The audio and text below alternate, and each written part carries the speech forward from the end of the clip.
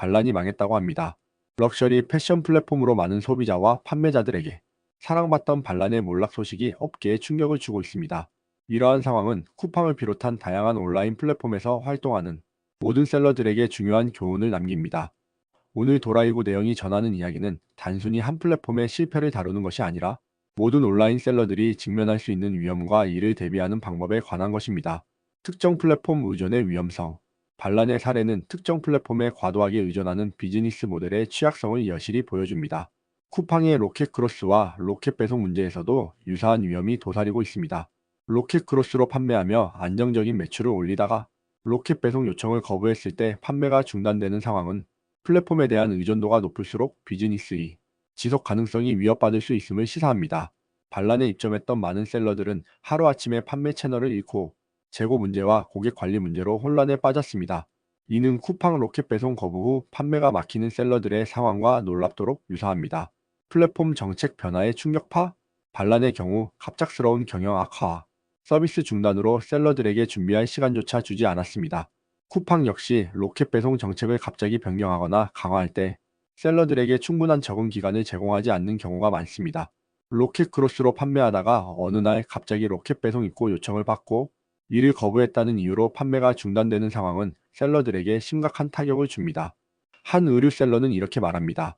반란 사태를 보면서 쿠팡에서도 언제든 비슷한 일이 일어날 수 있다는 불안감이 커졌습니다. 로켓 배송 요청을 거부했더니 판매가 막혔고 수개월간 쌓아온 리뷰와 판매 데이터가 하루아침에 의미 없어졌습니다. 매출 집중의 위험과 분산의 필요성, 반란에만 의존하던 셀러들이 겪은 급작스러운 매출 하락은 쿠팡 로켓크로스에만 의존하던 셀러들이 로켓 배송 거부 후 겪는 상황과 동일합니다.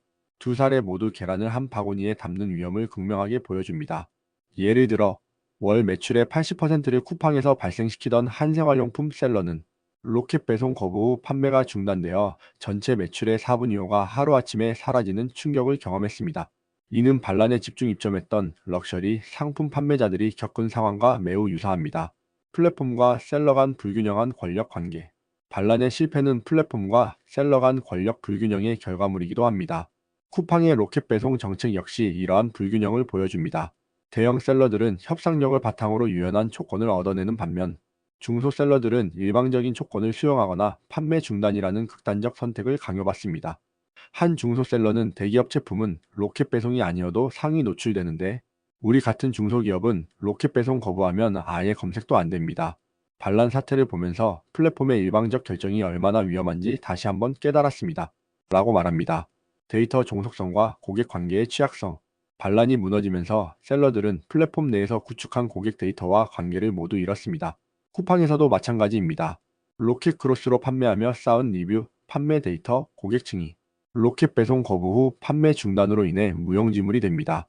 이는 플랫폼 내에서의 성과가 실제로는 셀러의 자산이 아닌 플랫폼의 자산일 수 있다는 냉혹한 현실을 보여줍니다. 반란의 셀러들이 고객 데이터 없이 새로운 판매 채널을 찾아 헤매는 모습은 쿠팡에서 판매 중단된 셀러들이 처음부터 다시 시작해야 하는 상황과 다르지 않습니다.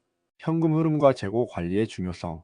반란의 붕괴로 인해 많은 셀러들이 미수급 문제와 재고 처리 문제에 직면했습니다. 쿠팡의 로켓 배송 체제에서도 유사한 리스크가 존재합니다. 로켓 배송용으로 대량 입고했다가 정책 변경이나 분쟁으로 판매가 중단될 경우 대규모 재고와 현금 흐름 문제가 발생할 수 있습니다.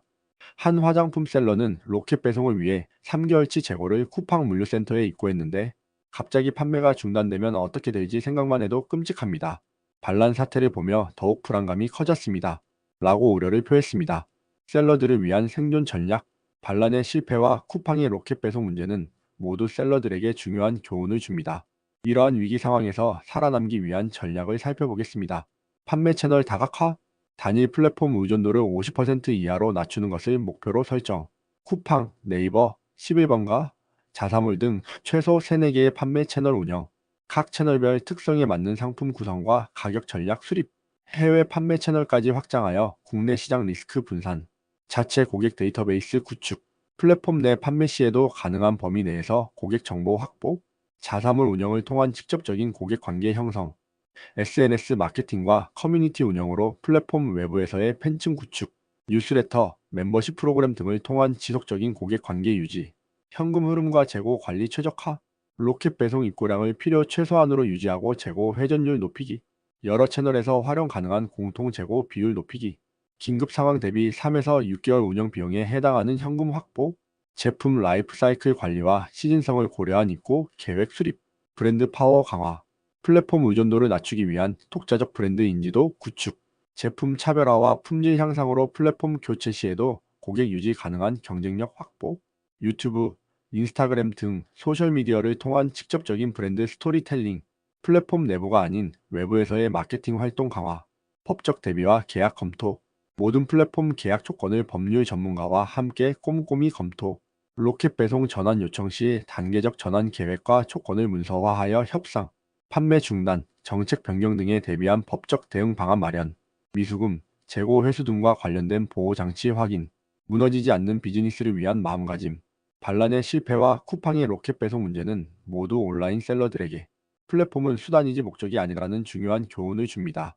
특정 플랫폼의 성공이 곧 비즈니스의 성공으로 이어지는 것은 단기적 관점일 뿐, 장기적으로 지속 가능한 비즈니스를 위해서는 플랫폼 독립성을 키우는 것이 필수적입니다. 한 성공적인 셀러는 이렇게 조언합니다. 처음에는 반란이든 쿠팡이든 플랫폼 규칙에 따라 성장하는 것이 빠른 길처럼 보입니다.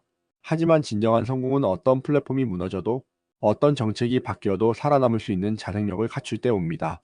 반란이 망했다는 소식은 많은 셀러들에게 충격을 주었지만 동시에 중요한 깨달음을 주는 계기가 되었습니다. 쿠팡에서 로켓 배송 거부로 판매가 막히는 상황 역시 마찬가지입니다. 이러한 위기는 비즈니스 모델을 재검토하고 더 강한 기반을 구축할 수 있는 기회가 될 수 있습니다. 특정 플랫폼의 성공에 기대는 것이 아니라 어떤 환경에서도 살아남을 수 있는 적응력과 회복력을 갖춘 비즈니스를 구축하는 것이 진정한 성공의 비결입니다. 반란의 실패와 쿠팡의 로켓 배송 문제는 모두 이러한 진리를 일깨우는 값진 교훈입니다. 지금 당장은 어려움이 있더라도 이를 계기로 더 튼튼하고 자립적인 비즈니스를 구축할 수 있다면 위기를 기회로 전환할 수 있을 것입니다. 여러분의 성공적인 온라인 비즈니스 여정을 진심으로 응원합니다.